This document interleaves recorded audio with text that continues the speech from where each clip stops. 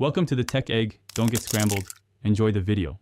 In this video, I will explain how to use protein powder correctly.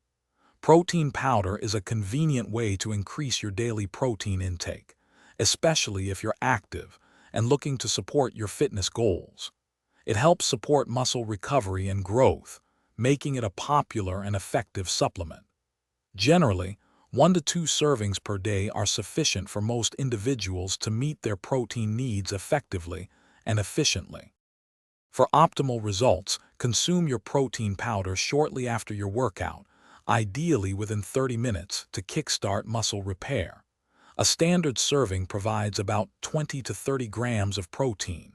Your total daily protein intake should generally be between 1.6 and 2 grams per kilogram of body weight, depending on your activity level and goals. Mixing your protein powder is simple.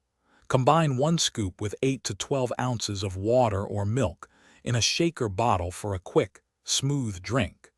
You can also blend it into your favorite smoothies with fruits, vegetables, and other healthy ingredients to enhance flavor and nutritional value.